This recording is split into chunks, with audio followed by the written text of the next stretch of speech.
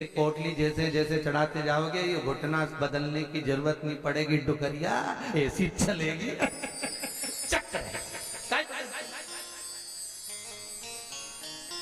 क्या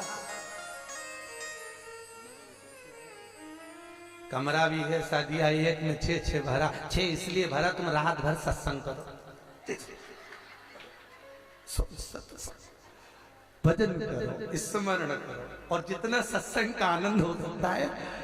अपनों के बीच में तो हमेशा रहते हो, पर दूसरे को एडजस्ट करना तो सीखो। जरा विचार करो, तुम अपने कमरे में दूसरे को एडजस्ट नहीं कर रही तो ऊपर जाएगी तो भोलेनाथ कैसे एडजस्ट करेगा?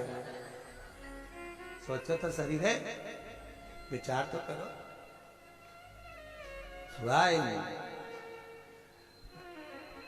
भगवान शिव की कथा है, 24,000 श्लोक शिव महापुराण में है, 12 संहिता, और एक एक संहिता भगवान शंकर को समर्पित है। भगवान शिव 6 सूत्र शिव महापुराण के हैं कि शंकर को पाने के 6 सूत्र बताएं। पहला, मस्तक पर तिलक लगा दो, त्रिपुंड लगा दो, नहीं लगा सकते तो गले में रुद्राक्ष की माला पहन लो। इतना भी नहीं कर सकते, तीसरे नंबर का सूत्र है कि भगवान शंकर का मंत्र जाप कर लो, नमः शिवाय, ओम नमः शिवाय। ये भी नहीं कर सकते तो मंदिर में शंकर जी को 1 लोटा पानी चढ़ा दो, चौथा सूत्र। 5वां सूत्र है, इतना भी नहीं कर सकते तो किसी शंकर के मंदिर के पास में से निकल कर चले जाओ तो शंकर के मंदिर का शिखर का दर्शन हो जाएगा। शिखर दर्शनम सर्व पाप नाशन, बस उतना भी बहुत है। ये 5। और 6ठे नंबर का सूत्र है, अगर इतना भी नहीं कर सकते तो पूरी जिंदगी में अगर 12 ज्योतिर्लिंग पर पहुंचकर शंकर की कथा को सुन लोगे तो फिर दूसरा जन्म नहीं होता। ये 6 सूत्र शंकर को पाने के हैं, भगवत भक्ति को पाने के हैं, भगवत रसतत्व को पाने के हैं। 6 सूत्र है, शंकर का अनुमोदन करें। ऐसी कौन सी भूमि है, ऐसी कौन सी जगह है जहां शंकर नहीं है? हर जगह, हर रसतत्व में, कण कण में, हर जगह पर वही तो समाया है। बस हमारे नेत्र परखैया नहीं है, इसलिए हम पहचान नहीं पाते। बहुत दुनिया के लोग बहुत कम पहचान कर पाते हैं। बस अंतर तब आता है एक घर के बुजुर्ग माता पिता को और एक परमात्मा को लोग अंतिम तक नहीं पहचान पाते। अंतिम तक बहुत कठिन। माता पिता सब कुछ दे देते हैं बच्चों को। एक सास अपनी बहू को जब पसंद करके आती है, जो सास कभी अपनी देवरानी जेठानी की एक अंगूठी नहीं दे वो हाफ सेट दे के जाती है। सोचो जरा, विचार करो, खुद कैसी भी साड़ी पहने पर बहू को एक से बढ़कर एक चढ़ावे में चढ़ा देती है, तैयार होने का डब्बा भी देती है, नंबर की चप्पल भी देती है, सब कुछ देती है। शादी नहीं होती उससे पहले ना जाने कितना सास बहू को दे आती है। कितना विश्वास सास का बहू पर होगा। और बहू जब पहली विदाई में घर से सास के यहाँ से जाती है तो अलमारी में ताला लगा के चाबी घर ले जाती है। सोचो, सास ने कितना विश्वास करा, सब कुछ दे दिया, और बहू ने ऐसा विश्वास करा कि चाबी तक बटोर के पहली विदाई में ले गई। पहली विदाई क्यों? क्योंकि नंदे आई है, डोकरी निकाल के ना दे दे कर। विश्वास कहाँ, भरोसा कहाँ, पूर्णता कहाँ है? भगवान शंकर की कथा कर रही है। 6 सूत्र में से अगर एक सूत्र भी भगवान शंकर का आपकी जिंदगी में आ गया तो जीवन का आनंद देने वाला हो गया। ध्यान देना, कन्यादान जो तुमने करा है उसका पुण्य तुम्हारे मरने से पहले हो सकता है कि समाप्त हो जाए। अन्नदान जो तुमने करा है उसका पुण्य हो सकता है तुम्हारे मरने से पहले समाप्त हो जाए। क्योंकि कई लोग कहते हैं हमने कन्यादान करा, हमने वस्त्र दान करा, हमने मुद्रा दान करी, हमने स्वर्ण दान करा, हमने अन्न दान करा, हमने भागवत कराई, हमने रामायण करवाई, हमने गीता करवाई, हमने तीर्थ करे, हमने व्रत करे। ये सारे पुण्य तुम्हारे खाते में है। एक पलड़े में तुम्हारे पुण्य रखे हैं, पर एक पलड़े में जो पुण्य इकट्ठे करके रखे हैं तो पाप भी तो देखो कितना करो। पाप भी तो देखो, मालूम पड़े मुंह से किसी की निंदा कर दी, उसी पुण्य में से कम हो गया। हुआ कि नहीं हुआ? अरे बोलो तो सही, अब 200 रुपए लेके आई थी, अब 200 रुपए में से खर्चा करते जा रहे हो, तो होगा कि नहीं होगा खर्चा? थोड़ा गलत बोल दिया, पुण्य समाप्त हुआ। किसी को अपशब्द बोल दिए, पुण्य समाप्त हो गया। किसी के लिए गलत देख लिया, पुण्य समाप्त हो गया। किसी के लिए गलत सुन लिया, पुण्य समाप्त हो गया। हमने पुण्य तो बहुत कमाया, हमने ढेर पुण्य इकट्ठा करा। कन्यादान, वस्त्रदान, अन्नदान, मुद्रादान, स्वर्णदान, भागवत, रामायण, गीता, यज्ञ, अनुष्ठान, संत पूजा, गुरु पूजा, सब कुछ करी, पुण्य तो ढेर इकट्ठा करा। पर मरने से पहले ये सारा पुण्य तुम्हारा बोलने से, अपशब्द कहने से, ताना देने से, निंदा सुनने से, गलत देखने से समाप्त हो गया। पर शिव महापुराण की कथा कहती है सारे पुण्य तुम्हारे मरने से पहले भले समाप्त हो जाएंगे, पर शिव महापुराण की कथा यदि तुमने भूल से भी 5 मिनट की भी सुन ली तो वो जिंदगी भर अटल और अमर हो जाती है, वो कभी समाप्त नहीं होती। शिव महापुराण के पुण्य कभी समाप्त नहीं होता। शंकर का किया हुआ पुण्य कभी समाप्त नहीं।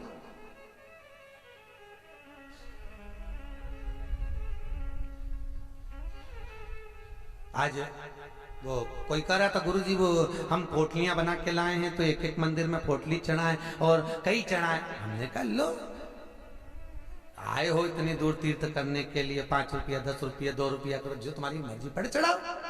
84 महादेव का क्या बार-बार दर्शन करने जाओगे? ब्रज 84 कोस की परिक्रमा तो तुमने ना जाने कितनी बार लगा ली होगी ब्रजमंडल में पहुंचकर, पर 84 महादेव का दर्शन करने के लिए आए हो। और वो 84 महादेव जिसको स्वयं भगवान शंकर की बहन छिप्रिया ने प्रकट किया था, शंकर के ही रूप तत्व से 84 रूप में उनको प्रकट किया। पूरे विश्व में कहीं पर नहीं है, केवल उज्जैन में,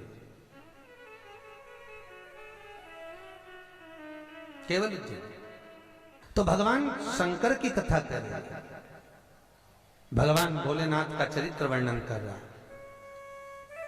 6 सूत्र में से एक सूत्र भी अपनी जिंदगी में उतारा तो जीवन सार्थक हो गया। मात्र भगवान शंकर की पावन कथा का रसतत्व ग्रहण करें। एक देवराज नाम का ब्राह्मण शरीर में ताप पड़ गया, और शरीर में ताप पड़ने के कारण बहुत ताप पड़ा तो शंकर के मंदिर में पहुंच गया, बैठा। अब वहां तो थोड़ी थोड़ी देर में शंकर के मंदिर में कथा हो रही थी, प्रवचन चल रहे थे, शिव महापुराण का चरित्र चल रहा था। और ये थोड़ी थोड़ी देर में पंडित जी चिल्लाए, हर हर महादेव। अब जैसे पंडित जी चिल्लाए तो इसके शरीर में ताप पड़े, इसको आ रहा बुखार। अब बुखार आए और कहीं का चिल्लाए, सिर दर्द हो, कहीं का चिल्लाए तो बड़ा बुरा लगे महाराज। अब इसको तो बड़ा अंदर से खटकाओ तो बताओ, मेरे तो शरीर में ताप पड़ रहा है, महाराज हर हर महादेव चिल्ला रहा, पर बोल सकता नहीं। ताप पड़ते पड़ते पड़ते पड़ते थोड़ी देर में ये यहां से चला शंकर के मंदिर से कथा श्रवण कर कर। थोड़ी देर भले ताप पड़ा, बुखार आया, सिर दर्द हुआ, सब कुछ हुआ, पर शंकर की कथा तो शरीर में पहुंच गई, इस आत्मा तक पहुंच गई। होता है जब घर से चले होगे तो सोचे पाँव दुख रहा है, बुखार आ रहा है, सर दर्द हो रहा, ये हो रहा, वो हो रहा, पर शंकर के धाम में पहुंच गए तो अब ये सोच लो कि तुम शंकर के हो गए, तुम शिव के। यहाँ बिठले सेवा समिति के कहने पर नहीं आए, यहाँ पाठक जी के कहने पर नहीं आए, यहाँ हमारे कहने पर नहीं आए। यहाँ तो हम भी बुलाते तो तुम नहीं आते, क्योंकि ये नगरी महाकाल की है।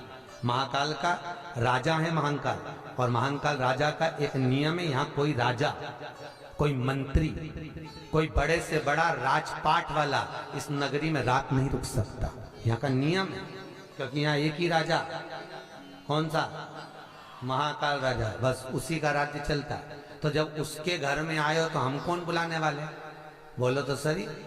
उसने बुलाया, उसने ठहराया, उसने खिलाया, उसने घुमाया, 5 दिन घूमो फिरो, उसका दर्शन करो, आनंद करो, घरे जा। घर वाले पूछे कहाँ गई थी, तो कहना महाकाल के घर गई थी, उसने बुलाया था।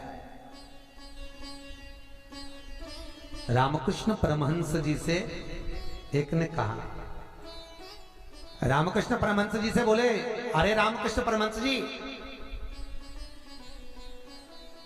हमने सुना है कि माता जगतजननी जगदम्बा शारदा भवानी माँ देवी आपसे बात करने के लिए आती हैं, आपसे मिलने के लिए आती हैं। रामकृष्ण परमहंस जी ने कहा, तो रामकृष्ण परमहंस जी, अगर देवी जी तुमसे मिलने आती हैं, देवी जी तुमसे बात करने आती हैं, जगदम्बा तुमसे मिलने के लिए आती है, तो रामकृष्ण परमहंस जी एक काम करो ना, एक आध बार माता जी को हमारे घर भी भेज दो। हंसी उड़ाने वाले तो कुछ भी बोल देते हैं, एक आध बार माता जी को हमारे घर भेज दो। रामकृष्ण परमहंस जी ने कहा ठीक है, एड्रेस बता दो, देवी जी को तुम्हारे घर भेज दे। बोलो एड्रेस क्या है? उस व्यक्ति ने कहा फलाना गली में, फलाना मोहल्ले में, ये वाले मकान में, इस नंबर में, इस जगह पर मैं रहता हूं। रामकृष्ण परमहंस जी ने कहा, स्वामी विवेकानंद के गुरु रामकृष्ण परमहंस जी कहते हैं, जो एड्रेस आपने दिया ये तो आपके घर का, ये आपके घर का एड्रेस है, आपका एड्रेस दीजिए, आप कहां रहते हो। उसको लगा मैं दुकान पे रहता हूं, तो हो सकता दुकान का मांग रहा है, उन्होंने दुकान का एड्रेस दे दिया। रामकृष्ण परमहंस जी बोले ये तो दुकान का एड्रेस है, आप कहां रहते हो, आपका एड्रेस दो। तो रामकृष्ण परमहंस जी के शब्द सुने तो उस व्यक्ति ने कहा ये हमारा ही तो एड्रेस है। रामकृष्ण परमहंस जी बोले जिस घर का एड्रेस दिया वो तो घर का, जिस दुकान का एड्रेस दिया वो तो दुकान का, कि दुकान यहाँ है वो वहां घर है, तू कहां रहता है, तेरा एड्रेस बता, तू रहता कहां है। रामकृष्ण परमहंस जी के शब्द सुने, उसने चरण पकड़ लिया और रामकृष्ण परमहंस से पूछा आप बताओ कि मेरा निवास कहाँ है। रामकृष्ण परमहंस जी कहते हैं इस शरीर का आखिरी निवास तो शमशान है, मनुष्य वहां निवास करने वाला है। बस ये आत्मा परमात्मा के चरणों में रहे और शरीर आखिरी में वहां पहुंच जाता है, आखिरी में।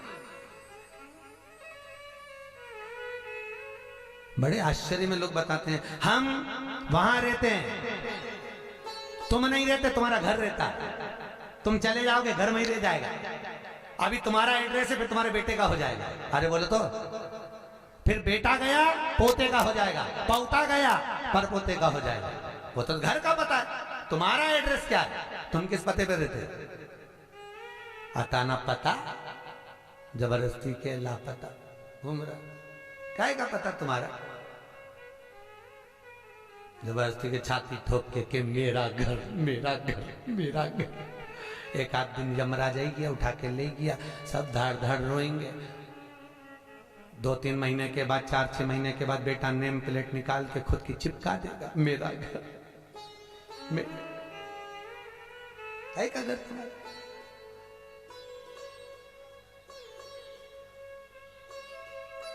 क्या कहा, सज धज के जिस दिन मौत की सहजादी आएगी, न सोना। हमसे भी लोग कहते हैं गुरुजी तुम कथा वाचते हो, इतना सारा सोना मोना पहन के बैठते, तो हमने कहा जजमान लोग दे तो क्यों नहीं पहने। अरे बोलो तो दीजिए, कहीं करे कहीं बाद में जोड़ जोड़ के औलाद के देखे ना, है तो तुम्हारे पास भी, बस तुम भी जोड़ जोड़ के लाकर में अलमारी में लाकर में, और एक आध दिन मर गई और सारा पड़ा की पड़ा दे गया, ऊपर जाके याद करेगी वाला हार तो पीना ही नहीं, फिर कहीं मतलब का सब पीना कहीं करे ऊपर।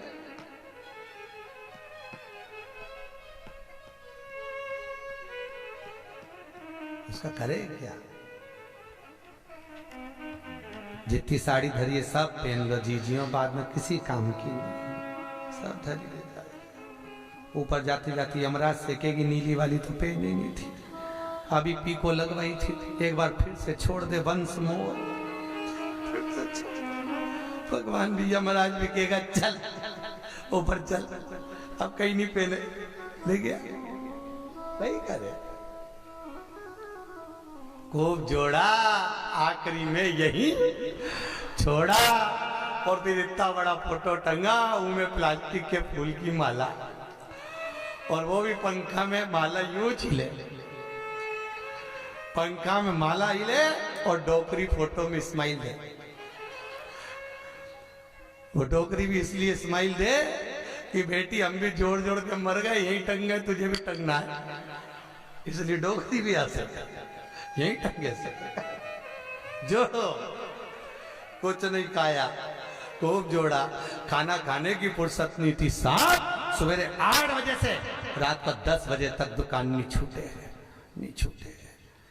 एक एक ग्राहक के लिए बैठा दिया और आखिरी में सब छोड़ के घर के लोग अर्थी पे भी ले गए तो बांध के ले गए, सबको मालूम है मर गया।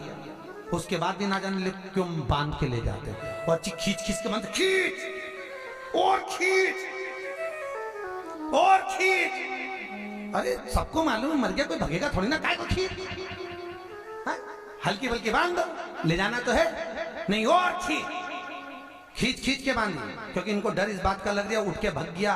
अब उनको तो कुर्सी भरना, उसकी जगह दूसरे को ले गया तो इसी को ले चलो, जैसे कहा करो उसका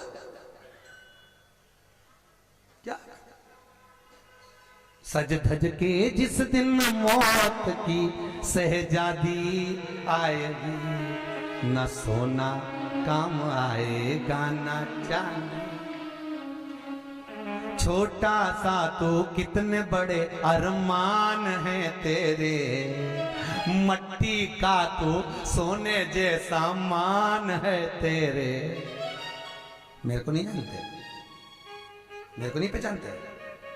अरे भेरू तुझे तो सब जाने,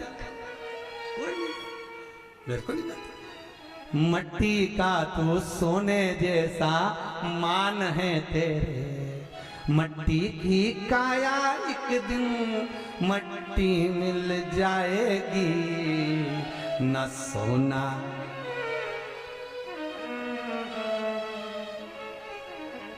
कई करेगा फिर।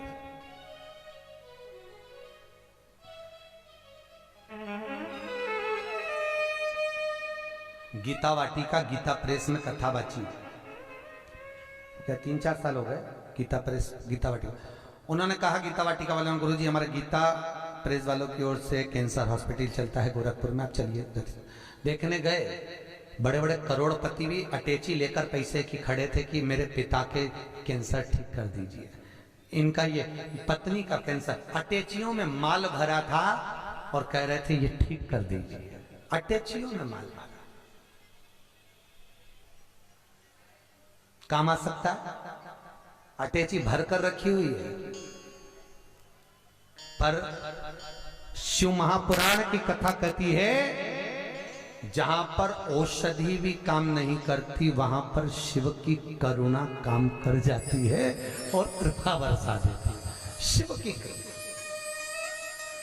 शंकर करुणा करता। तुम एक बार विश्वास रखो उस शिव पर, उस शंकर पर। देवराज ने प्राणों को त्यागा, प्राणों को त्यागा तो भगवान शंकर के धाम में चले गया, क्योंकि भले 5 मिनट की भी कथा सुनी हो, चलते चलते भी अगर शिव महापुराण तुम्हारे कानों में पड़ गई हो, चलते चलते भी अगर तुम्हारे कानों में एक शब्द भी शंकर की कथा का मिल गया हो, तो वो शंकर की कथा कभी छिन्नित नहीं होती, वो शंकर से मिला देती है। शंकर से, शिव से मिला। देवराज मोक्ष पा गए। फिर अगला चरित्र सुनाया कि बिंदुक नाम का ब्राह्मण जिसकी धर्मपत्नी का नाम था चंचुला देवी। बिंदुक जो भी लाता वो चंचुला को लाकर देता। क्यों देता? क्योंकि पति का नाम केवल पति है, पर पत्नी का नाम धर्म पत्नी है। पति कुछ भी कमाई कर लाएगा वो अपनी धर्म पत्नी को देगा, क्योंकि ये धर्म में लगाती रहेगी। अगर ये मेरी कमाई को धर्म में लगाएगी तो मुझे भी बैकुंठ तक तो ले ही जाएगी। ये धर्म पत्नी है, धर्म पत्नी।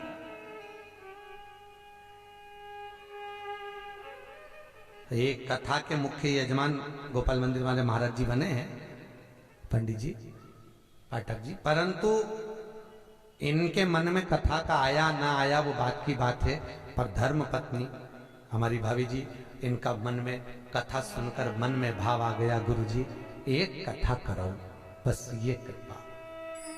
जिंदगी में एक बार शिव महापुराण, फिर ठाकुर जी की जो मर्जी, भोलेनाथ की जो, पर शिव पुराण तो करा।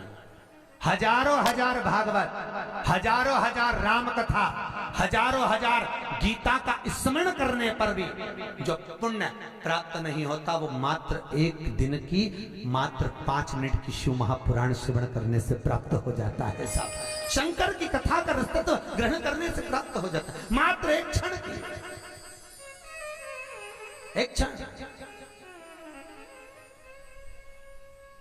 और बहुत किस्मत वाले हो साहब, आपके बच्चों ने, आपकी बहुओं ने, आपकी बेटियों ने, आपके परिवार वालों ने आपको जमा कर सूटकेस अटैची जमा कर भेजा है साहब। आपकी बहुओं को, आपके बेटों को, आपकी बेटियों को धन्यवाद दूंगा। उन्होंने कहा मम्मी जाओ, पापा जाओ, हम बोलते हैं, हम बुक कराते हैं। और मैं धन्यवाद दूंगा पाठक जी आपके भी बहन बेटियों को। उन्होंने कह दिया मम्मी तू कथा करवा, पापा आप लग रहो, अपन करते हैं व्यवस्था, सब आनंद होगा, कथा का मस्त साहब। ये जीवन का सुख है साहब। याद रखना, कोई एक बेकार काम करते हैं तो हमारे पितरों को लोग देखने तक नहीं जाते, पर घर का एक व्यक्ति भी अगर पुण्य का कार्य कर लेता है तो उसके पूर्वजों की पीठ स्वयं नारायण जाकर थपथपाते हैं कि तेरे वंश में कोई पैदा हुआ जिसने सत्कर्म करा, सत्कर्म किया।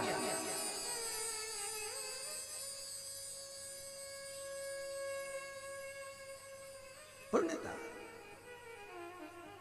और ये मुख्य यजमान जो बने ये बहुत करोड़पति नहीं है, मंदिर के पुजारी जी हैं। भोपाल मंदिर में पंडिताई करते हैं, पूजा पाठ करते हैं।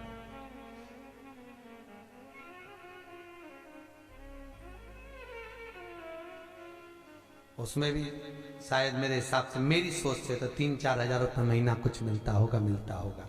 उसके बाद भी मन देखिए कि नहीं, कथा रस तत्व हो महाराज, श्रवण करें, जीवन का सुख पाए। और ये इनके ऊपर जो कृपा हुई है ये पूर्वजों की हुई है कहीं। और आपके ऊपर जो कृपा है, आप जो यहाँ महाकाल की नगरी में बैठे थे, तुम्हारा तो है, पर तुम्हारे भी पितरों की ना जाने कितने पूर्वजों का आशीर्वाद होगा। उन्होंने धक्का मारकर तुम्हें महाकाल की नगरी में भेज दिया। कहीं पूर्वजों की, कहीं पितरों का आशीर्वाद, कहीं आहूत और वासुकों का आशीर्वाद जो हमको परमात्मा की शरणागति तक लेकर जा रहा है, भगवान के चरणारविंद तक।